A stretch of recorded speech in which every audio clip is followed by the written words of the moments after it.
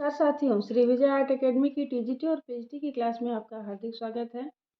हमारे चैनल को लाइक करिए, सब्सक्राइब करिए और अपने दोस्तों में शेयर करिए और हमारी वीडियो के साथ बने रहिए। ये मेरी इस टॉपिक पर दूसरी वीडियो है। इस वीडियो को देखने से पहले मैं चाहती हूँ कि आप वो पहली वीडियो हमारी ज़रूर देखें।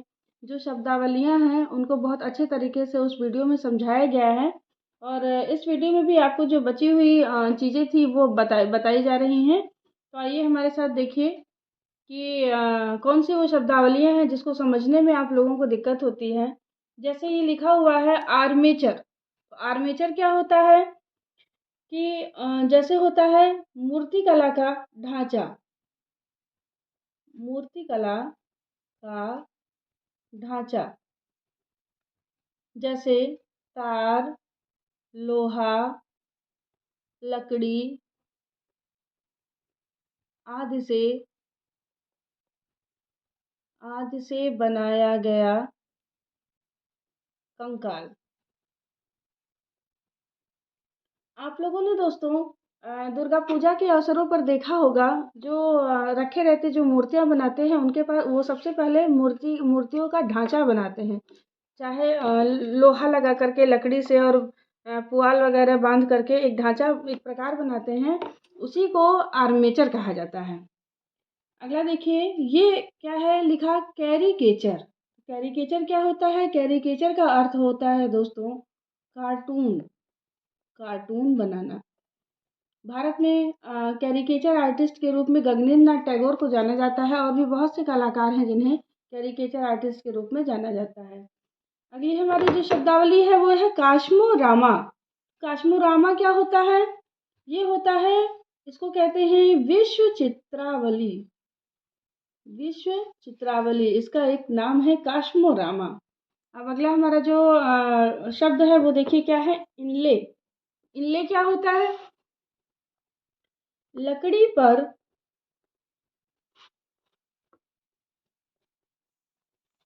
पर कोई भी डिजाइन,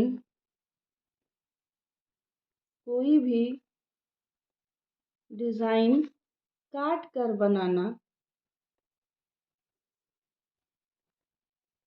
बनाना, इनले कहलाता है। इनले कहलाता है। जैसे सजावटी यानी सज्जा के लिए इसका उपयोग किया जाता है, सजावटी रूप में। तो इनले क्या होता है? लकड़ी पर जब हम किसी भी डिज़ाइन को काट करके कोई डिज़ाइन बना लेते हैं, उससे छापते हैं, वही उसको इनले कहा जाता है। अब अगला जो हमारा शब्द है वो है, ये शब्द अक्सर आप लोगों के सामने आता होगा जब आप लोग पढ़ते हैं। ये है इलस्ट्रेशन आर्ट। इलस्ट्रेशन कला कहिए या आर्ट कहिए। इलस्ट्रेशन आर्ट क्या होता है? देखिए, जब चित्रकार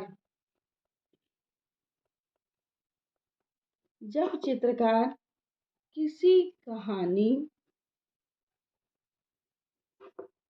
घटना या किसी कथा की सूक्ति पर आधारित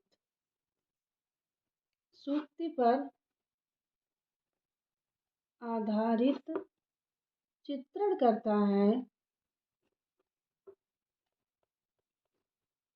करता है तो वो इलस्ट्रेशन कहलाता है।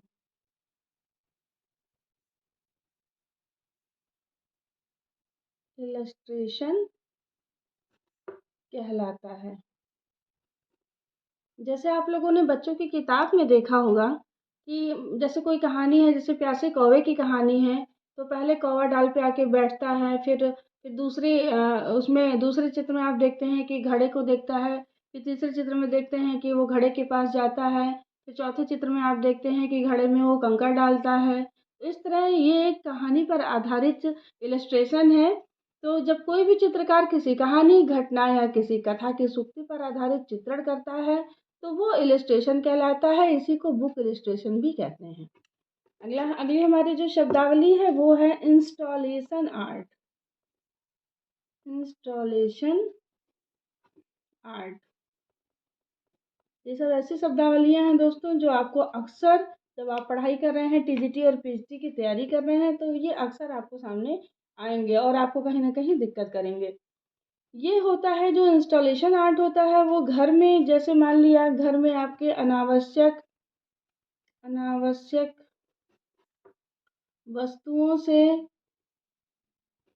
वस्तुओं से किसी चित्र या आकार को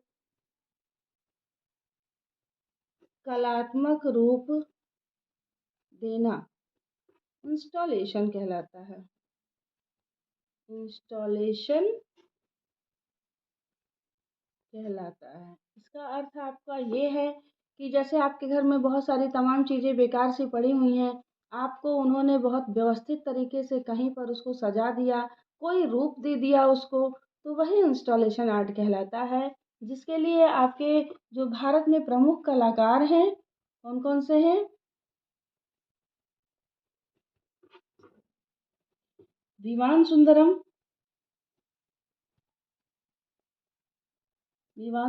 है, नलिनी मलानी है,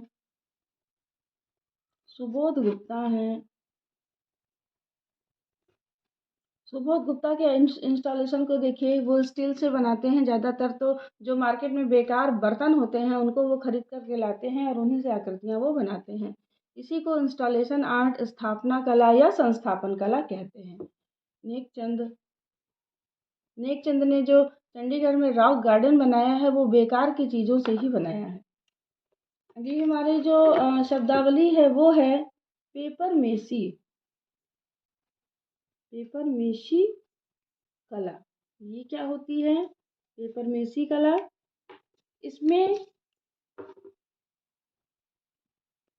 इसमें चाक, मेथी, गोंद व कागज की लुगदी को मिक्स कर सांचे में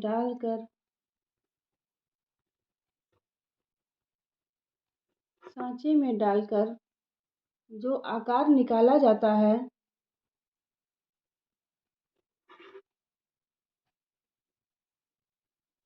पेपर मेसी कहलाता है।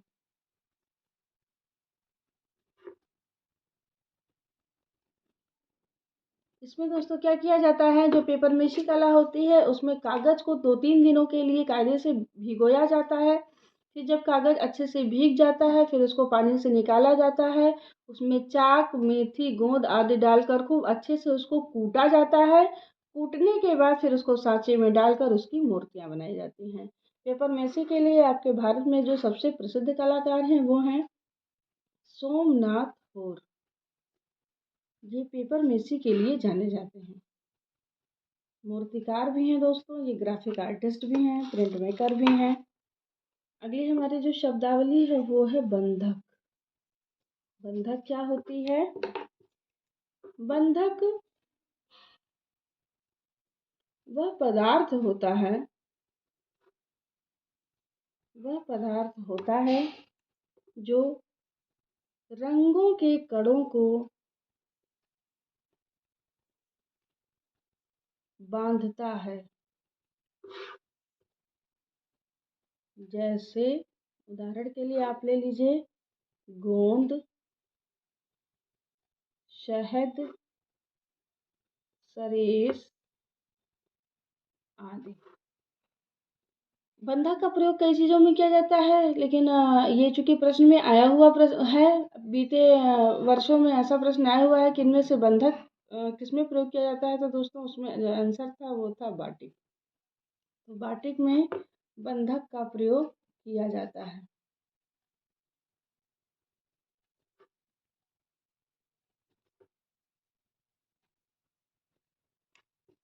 बंधक का प्रयोग किया जाता है बाटिक में, क्योंकि बाटिक में कपड़े को रंगा जाता है, उस रंग छूटे ना, जिसके लिए उसमें गोंद, शहद, सरेस आदि मिलाया जाता है, जिससे रंगों के कण जो होते हैं वो बंधे होते हैं, छूटते नहीं हैं।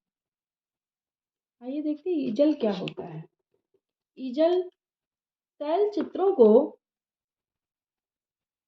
जैसे आपने ऑयल पेंट आपको बनाना है, तो बनाने के लिए इन चित्रों को जिस स्टैंड पर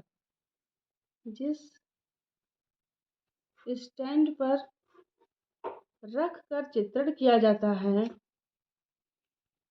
रख कर चित्रण किया जाता है,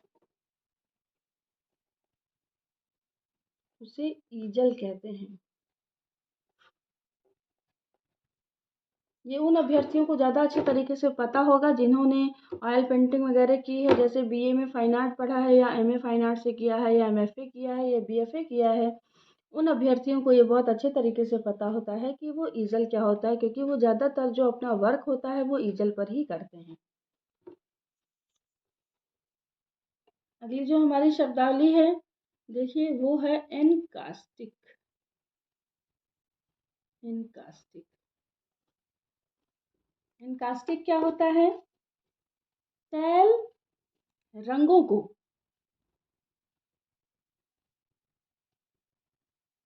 तैल रंगों को मोम के साथ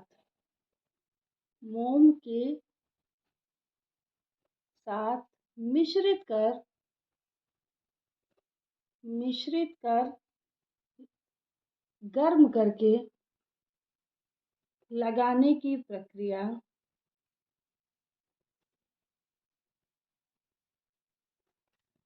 एनकास्टिक कहलाती है। एनकास्टिक कहलाती है। ये होती है एनकास्टिक। तैल रंगों को मोम के साथ मिश्रण करके लगाया जाता है, वही एनकास्टिक कहलाती है। सबसे पहले विश्व में एनकास्टिक का जो प्रयोग हुआ था वो मिस्र में हुआ था, और आपके अजंता में भी एनकास्टिक का प्रयोग किया गया है। अब अगली शब्दावली देखिए क्या होता है डिपर। डिपर क्या होता है? गाड़ी वाला डिपर मत समझ लीजिएगा इसको। ये जो डिपर होता है वो कलर पैलेट में कलर पैलेट में जिस स्थान पर तेल रखा जाता है उसे डिपर कहते हैं। उसे डिपर कहते हैं। इसका जो प्रयोग है वो तैल चित्रण में किया जाता है।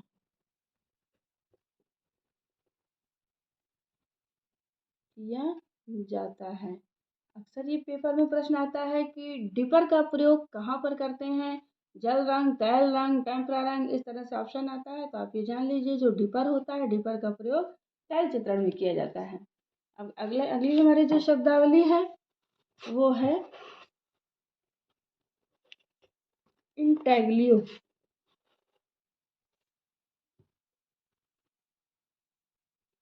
इंटेग्लियो क्या होता है? ये भी अक्सर आपको पढ़ने में आता है।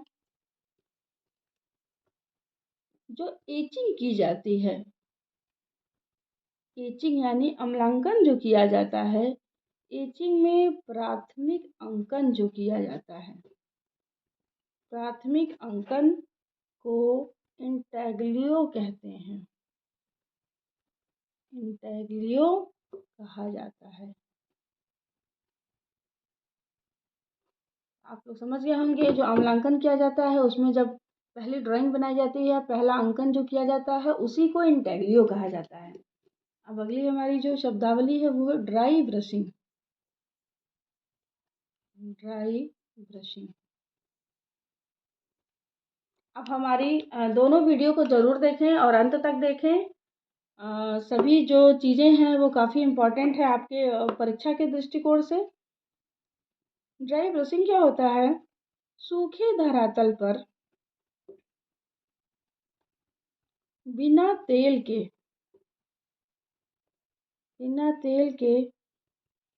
रंग को तुलिका यानी ब्रश के माध्यम से लगाने को ड्राई ब्रशिंग कहते हैं। ड्राई ब्रशिंग कहते हैं। यानी हमारी धरातल भी सूखा होता है और ब्रश भी सूखा होता है। ब्रश में तेल नहीं लगाते हैं और सीधे रंग को ब्रश से लगाते हैं, वो वही कहलाता है ड्राई ब्रशिंग।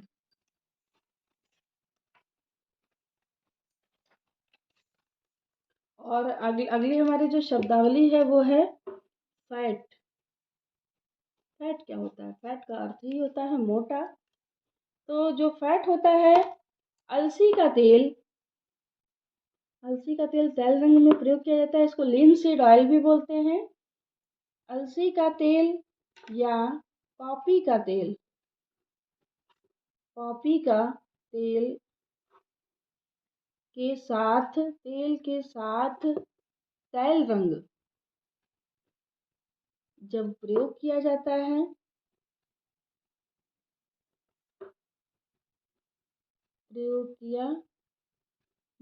है, तो फैट कहलाता है। फैट यानी मोटा, फैट कहलाता है। जब तैल रंग को हल्का सा स्मूथ करने के लिए हम लोग अलसी का तेल उसमें थोड़ा सा मिलाते हैं, तो वो जो प्रक्रिया होती है वो फैट कहलाती है। इसी के साथ साथ एक शब्द जुड़ा हुआ है लीन। फैट लीन कभी कभी एक साथ भी बोलते हैं। तो लीन क्या होता है इसको जानिए। तारपीन का तेल, तारपीन जो होता है वो रंग को पतला करने के काम में आता है। तारपीन का तेल या श्वेत स्प्रिट के साथ तैल रंग का प्रयोग लीन कहलाता है। क्योंकि तारपीन का तेल लगा करके हम रंग को और पतला करते हैं, इसलिए ये लीन कहलाता है। अब ईजल पेंटिंग क्या होती है? अभी हमने आपको ईजल के बारे में बताया था। अब ईजल पेंटिंग क्या होती है? अगर आ गया कि ईजल पेंटिंग क्या है तो आप क्या करेंगे? ईजल पेंटिंग को जानिए। जिस पेंटिंग को एक स्थान से दूसरे स्थान पर ले जा सकें उसे ईजल पेंटिंग कहते हैं। उसे ईजल पेंटिंग कहते हैं। ये हो गई ईजल पेंटिंग। अब आप लोगों ने पढ़ा होगा प्लास्टिक आर्ट। प्लास्टिक आर्ट क्या होता है? प्लास्टिक आर्ट का मतलब वो नहीं कि प्लास्टिक से बनी हुई कला। प्लास्टिक आर्ट का अर्थ होता है रूपप्रद कला। इसके बारे में जानिए क्या हो सकता है। वह कलाएं जिनके द्वारा रूप का सृजन होता है।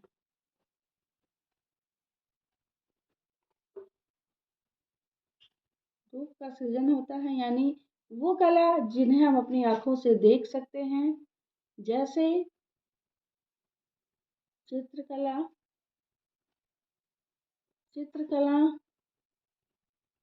मूर्तिकला, वास्तुकला।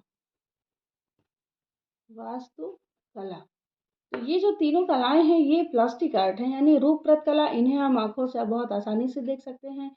उसी जगह अगर जो संगीत कला और काव्य कला है, इन्हें आंखों से नहीं देखा जा सकता, कानों से सुना जा सकता है। तो इसलिए इसको प्लास्टिक आर्ट बोलते हैं, यानी रूपप्रद कला। खसड़ा क्या होता है? अक्सर पूछता है खसड़ा क्या है। खसड़ा को समझिए क्या है। खसड़ा स्केच को कहते हैं, यानी शीघ्रता से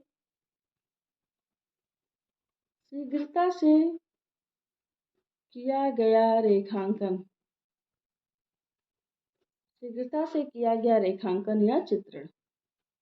जब किसी चीज को हम पेंसिल लेकर के एक ही बार में खींच देते हैं, जल्दी जल्दी से बना देते हैं, तो वही स्केच कहलाता है या खसड़ा कहलाता है।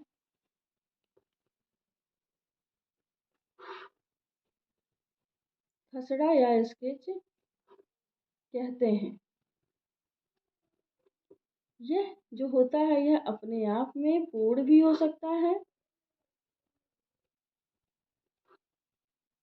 यह अपने आप में पूर्ण भी हो सकता है, अथवा किसी चित्र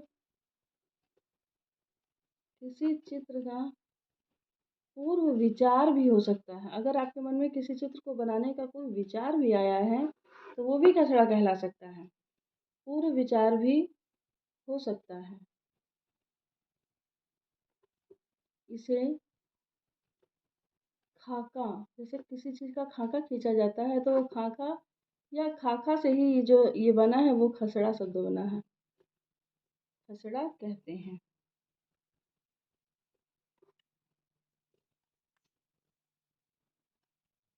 अगली जो हमारी शब्दावली है वो है कार्विंग। देखिए कार्विंग जो शब्द होता है वो मूर्ति कला में प्रयोग किया जाता है। कार्विंग का अर्थ क्या होता है? उत्कीर्णन। उत्कीर्णन किसी पदार्थ को, किसी पदार्थ, वो पदार्थ कोई भी हो सकता है, मिट्टी हो सकती है, पत्थर हो सकता है, कोई भी जो पदार्थ होता है, इच्छित यानी जो आपकी इच्छा है, इच्छित आकार देने के लिए, देने के लिए उसके अनावश्यक अनावश्यक भाग को काटकर, अनावश्यक भाग को काटकर, तोड़कर या उसको या उसको विभिन्न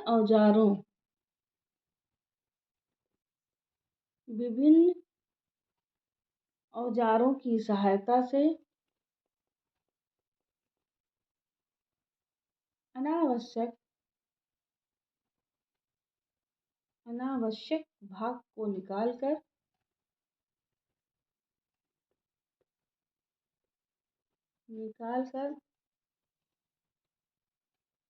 इच्छित रूप प्रदान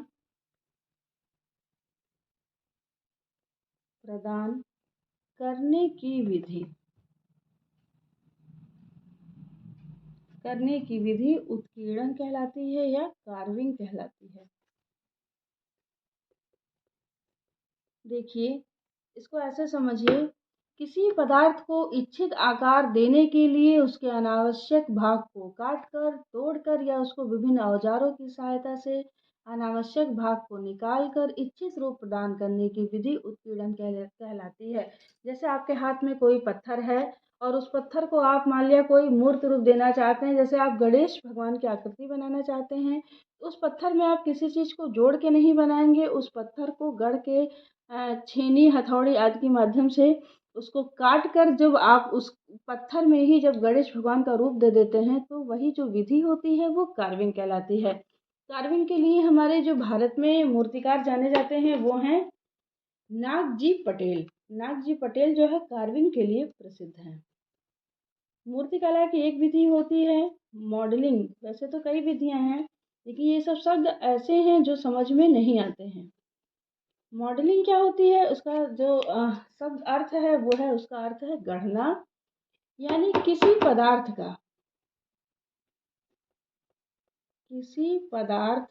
का थोड़ा थोड़ा अंश थोड़ा थोड़ा अंश एकत्रित कर कर एकत्रित करके अथवा जोड़कर या चिपका कर आकृति निर्मित करना,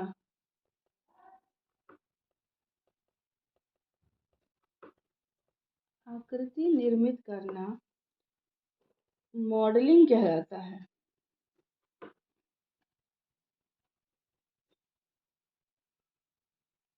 मूर्ति निर्माण की जो सामग्री होती है उसे देख लीजिए। मूर्ति निर्माण की सामग्री से मिट्टी कास्ट, मोम, कांस, कुछ भी हो सकता है। तो मॉडलिंग क्या होती है? किसी पदार्थ का थोड़ा थोड़ा अंश एकत्रित करके अथवा जोड़कर या चिपका कर जो आकृति हम निर्मित करते हैं, वो जो प्रक्रिया होती है वो मॉडलिंग कहलाती है। मूर्ति निर्माण की ही अगली विधि देखिए क्या है, जिसको हम लोग अक्सर पढ़ते हैं, मधुचिष्ट विधान।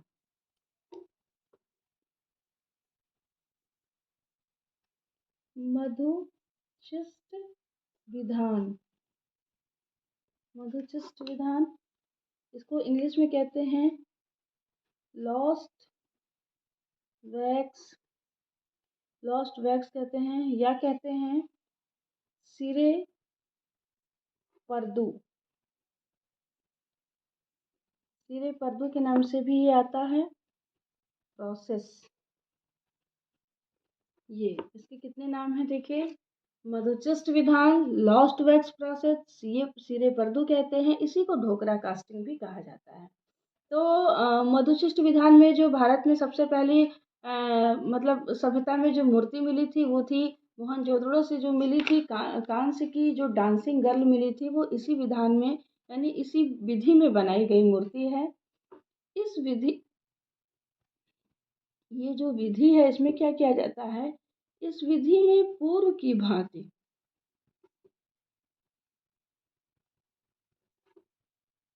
मोम की बनाकर उस पर मिट्टी में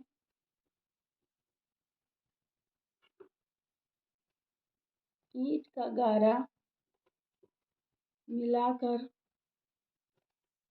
मूर्ति पर लेप कर सांचा बना लिया जाता है,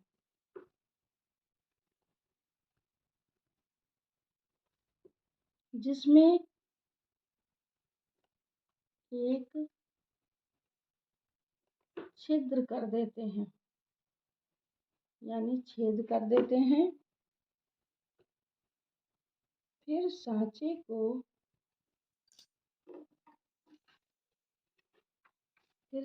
को गरम करते हैं और मोम जो होता है वो पिघल जाता है, मोम पिघल कर निकल जाता है, निकल जाता है। इसी को कहते हैं लॉस्ट वैक्स, यानी वेस्ट का खो जाना। जब मोम पिघल कर निकल गया तो लॉस्ट वैक्स हो गया, यानी वैक्स जो था वो खो गया, खत्म हो गया। सांचे के ठंडे हो जाने पर, सांचे के ठंडे हो जाने पर फिर उसी छिद्र से पिघली हुई धातु को खोखले सांचे में भर देते हैं,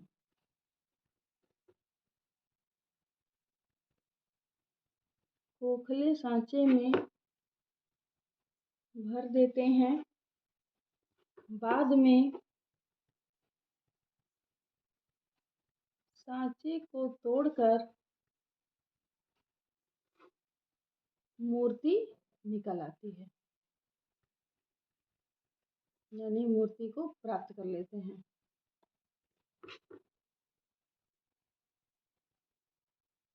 ये हो गया आपका मधुचिष्ट विधान, यानी बस्तर की जो ढोकरा कास्टिंग है वो, इसको आप भली भांति समझ गए होंगे। अब अगला जो है हमारी जो शब्दावली है वो देखिए क्या है, चिजल। चिजल क्या होती है? चिजल, चिजल एक प्रकार की छेनी है, जो छेनी होती है उसको कहा जाता है, ये जो मूर्ति कला की कार्विंग विधि है उसमें काम आती है। स्टोन कार्विंग, यानी पत्थर की जब कार्विंग की जाती है उससे संबंधित है, स्टोन कार्विंग से संबंधित। यानी चिजल का उपयोग कहाँ होता है? मूर्ति कला में होता है। फ्रेंच चाक क्या होती है? ये क्या होती है फ्रेंच चाक? ये लिथोग्राफी जब हम करते हैं तो लिथोग्राफी पर डालने वाला, लिथोग्राफी यहाँ पर नहीं कहेंगे, लिथो पर डालने वाला पाउडर,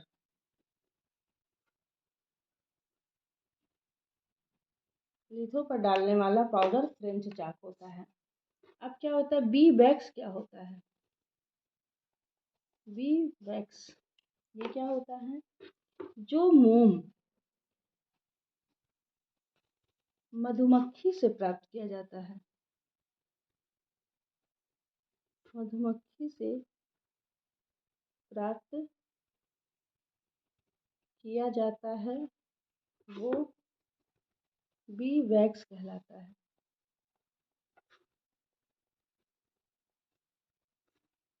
बी मीन्स होती है मक्खी। अगली जो शब्दावली है वो है आर्ट पेपर। ये क्या होता है आर्ट पेपर? सफेद चीनी मिट्टी, सफेद चीनी मिट्टी और गोंद का लेप, गोंद का लेप लगा पेपर। एक ऐसा पेपर जिस पर सफेद चीनी मिट्टी और गोंद का लेप लगा होता है वो कहलाता है आर्ट पेपर। अब अगली जो शब्दावली है वो देखिए क्या है? अस्फाल्टम। अस्फाल्टम जिसको डामर कहते हैं, ये देखिए क्या होता है? ये अम्ल रोधक तारकोल, तारकोल अम्लांकन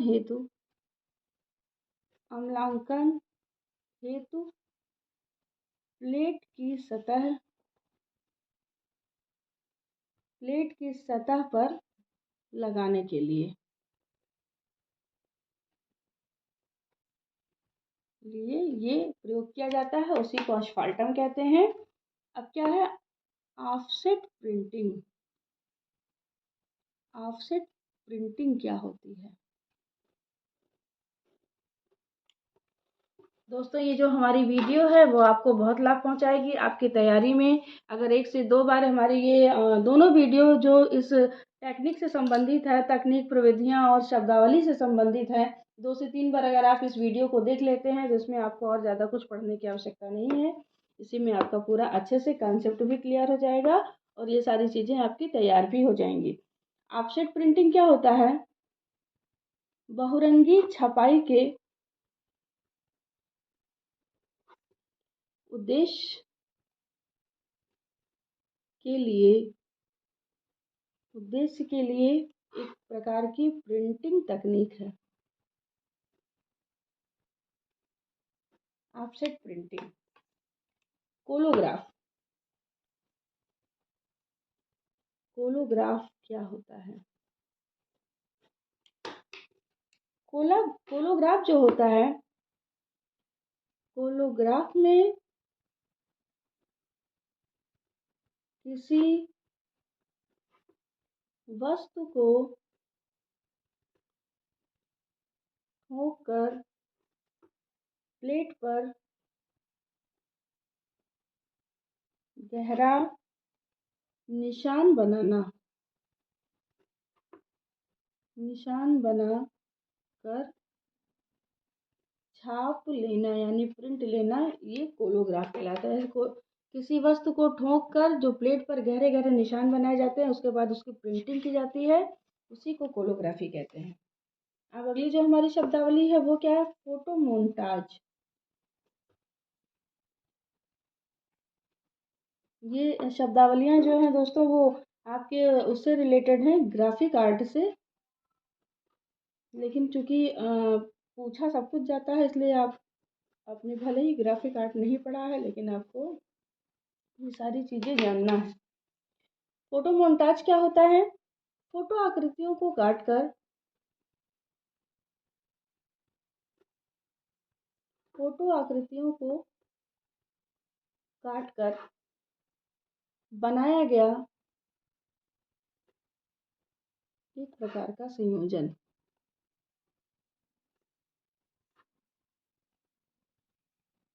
ये जो होता है वो फोटोमोन्टाज होता है। अगली जो हमारी शब्दावली है वो है टोंकिंग। टोंकिंग,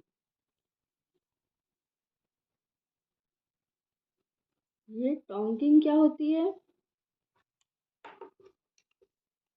तैल रंगों से चित्रण करने में यदि धरातल पर गाढ़ा रंग लगाया जाए, गाढ़ा रंग लगाया जाए तो उसे कागज की शीट से सोख लिया जाता है। सोख लिया जाता है, उसे टोंकिंग कहते हैं।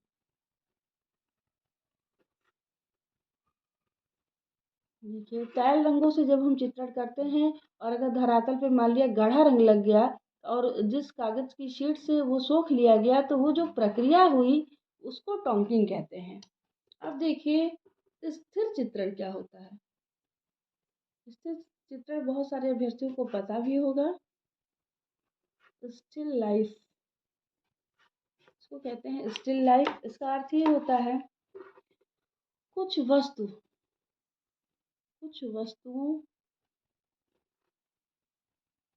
के समूह को सामने रखकर प्रत्यक्ष देखकर छाया, प्रकाश, प्रमाण, दूरी आदि का ध्यान रखते हुए चित्रण करना। देखिए, इसको और अच्छे से समझिएगा। ये कह रहा है कि स्थिर चित्रण क्या है? तो कुछ वस्तुओं के समूह को जब हम सामने रख लेते हैं, उसे प्रत्यक्ष देखते हैं और प्रत्यक्ष देखकर उसकी छाया कहाँ पर पड़ रही है, प्रकाश कहाँ पड़ रहा है, प्रमाण यानी नापतोल क्या है उसकी, और उस वस्तु की दूसरे वस्तु से दूरी कितनी है, उसको जो हम एग्जैक्ट उसका चित्रण करते हैं तो वो स्थिर चित्रण कहलाता है। जैसे आपने स्टूल पर बाल्टी रख लिया, मग ले लिया। अच्छा, इसमें वही वस्तुएं रखी जाती हैं जो निर्जीव होती हैं, सजीव वस्तुएं नहीं रखी जाती हैं। इसलिए इसको जो है यानी उसको रख दिया गया एक बार तो वो वस्तुएं अपने आप से तो हिल डुल नहीं सकती, इसलिए इसको स्थिर चित्रण कहते हैं। जब हम देख करके उसका चित्रण करते हैं तो वही जो चित्रण होता है वो स्थिर चित्रण कहलाता है। स्थिर चित्रण सबसे पहले पाश्चात्य शैली में किया गया। उसके बाद अगर आप भारत की बात करते हैं कि सबसे पहले स्थिर चित्रण किस शैली में किया गया, तो स्थिर चित्रण आपका जैन शैली में किया गया। उसके बाद चले आइए, अगर उसके बाद आपसे अगर जैन शैली आपके ऑप्शन में नहीं है और स्थिर चित्रण पूछ रहा है कि स्थिर चित्रण किस शैली में किया गया, तो उसके बाद मुगल शैली में किया गया है।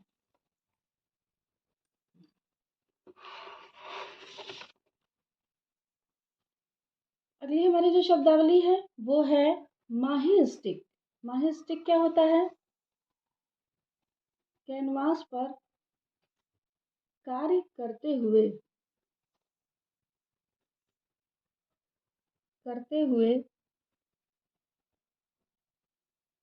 उस समय हाथ को टिकाने के लिए